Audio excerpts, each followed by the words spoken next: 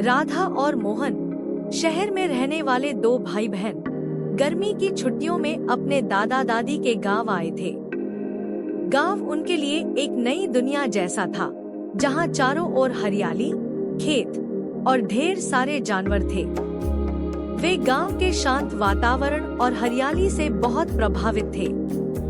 उनकी दादी का घर एक बड़े बाग के बीचों बीच स्थित था, जहां पर कई मुर्गियां और बतखें स्वतंत्र रूप से घूमती थी। राधा और मोहन ने गांव में अपने पहले ही दिन देखा कि उनकी दादी कैसे मुर्गियों और बतखों की देखभाल करती है। यह उनके लिए एक नया अनुभव था।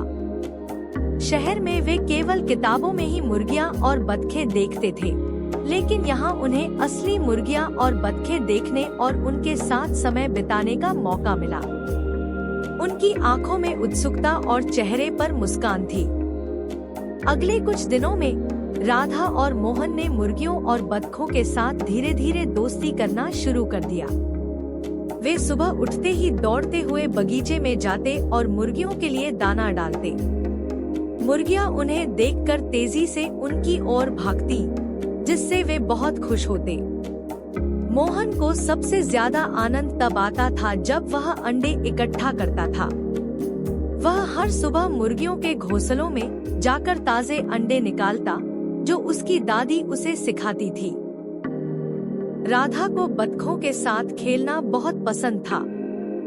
वह उनके पीछे पीछे दौड़ती और उनकी मजेदार हरकतों को देख हंसती। धीरे धीरे दोनों बच्चों ने मुर्गियों और बतखों की आदतों और व्यवहार को समझना शुरू कर दिया। उन्होंने यह भी देखा कि कैसे मुर्गियां और बतखें आपस में मिलजुल कर रहती हैं। वे हर रोज नए नए खेल खोजते, जैसे कि मुर्गियों को दौड़ाना, बतखों को तालाब में तैरते देखना और उनके पीछे पीछे बाग में घूमना। मुर्गियों और बतखों के साथ समय बिताने से राधा और मोहन में जिम्मेदारी की भावना बढ़ने लगी। वे अब समझ गए थे कि इन पक्षियों की देखभाल करना कितना महत्वपूर्ण है। उन्होंने अपनी दादी से सीख लिया था कि मुर्गियों और बतखों को समय पर खाना देना, उनके पानी की टंकी साफ रखना और उनके लिए एक सुरक्षित स्थान सुनिश्चित करना कितना आवश्यक है। मोहन को विशेष रूप से यह समझ में आ गया कि अंडे इकट्ठा करना केवल मजेदार काम नहीं था, बल्कि यह एक महत्वपूर्ण जिम्मेदारी थी। एक दिन जब वह अंडे इकट्ठा करना भूल गया, तो कुछ अंडे टूट गए। उस दिन उसने सीखा कि जिम्मेदारी निभाने में चूक नहीं होनी चाहिए। राधा को बतखों के साथ धैर्य का महत्व समझ में आया। उसने देखा कि बतखें आसानी से डर जाती हैं और वे तभी खुश रहती हैं जब उन्हें आराम से तैरने और खाने का मौका मिलता है। उसने सीख लिया कि धैर्य और शांतिपूर्ण व्यवहार से ही इन पक्षियों का दिल जीता जा सकता है। जैसे जैसे दिन बीतते गए, राधा और मोहन का प्रकृति से जुड़ाव और गहरा होता गया। उन्होंने देखा कि मुर्गियां कैसे घास और कीड़ों की तलाश में दिन भर बगीचे में घूमती रहती हैं। वे समझ गए कि ये पक्षी कितने स्वाभाविक रूप से अपने भोजन की तलाश करते हैं और अपने परिवेश के साथ तालमेल बैठाते हैं।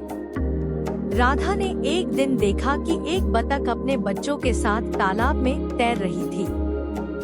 उसने देखा कि कैसे माँ बतख अपने बच्चों की देखभाल करती है, उन्हें सिखाती है कि कैसे तैरना है और उनके लिए भोजन ढूंढती है। यह दृश्य राधा के दिल को छू गया और उसने महसूस किया कि प्रकृति कितनी खूबसूरत और संवेदनशील है। मोहन ने भी एक अनोखा अनुभव किया जब उसने देखा कि एक मुर्गी अपने अंडों पर बैठी हुई है, उन्हें गर्मी प्रदान कर रही है ताकि उनसे चूजे निकल सके। यह दृश्य उसके लिए बहुत खास था और उसने अपनी दादी से पूछा कि यह प्रक्रिया कैसे काम करती है। उसकी दादी ने उसे मुर्गियों के जीवन चक्र के बारे में बताया, जिससे मोहन का ज्ञान और भी बढ़ गया। एक दिन राधा और मोहन ने देखा कि एक मुर्गी अचानक बीमार हो गई थी। वह सुस्त और उदासीन लग रही थी।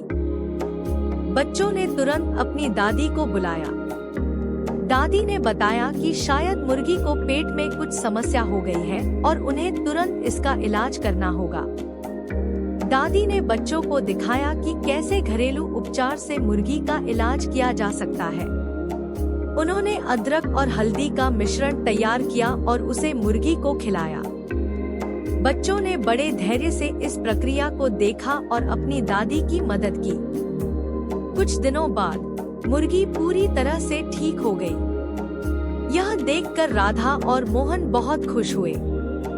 इस घटना ने उन्हें सिखाया कि समस्याओं का सामना धैर्य और सही निर्णय से करना चाहिए। उन्होंने सीखा कि हर समस्या का समाधान होता है, बस हमें उसे धैर्यपूर्वक और समझदारी से ढूंढना चाहिए।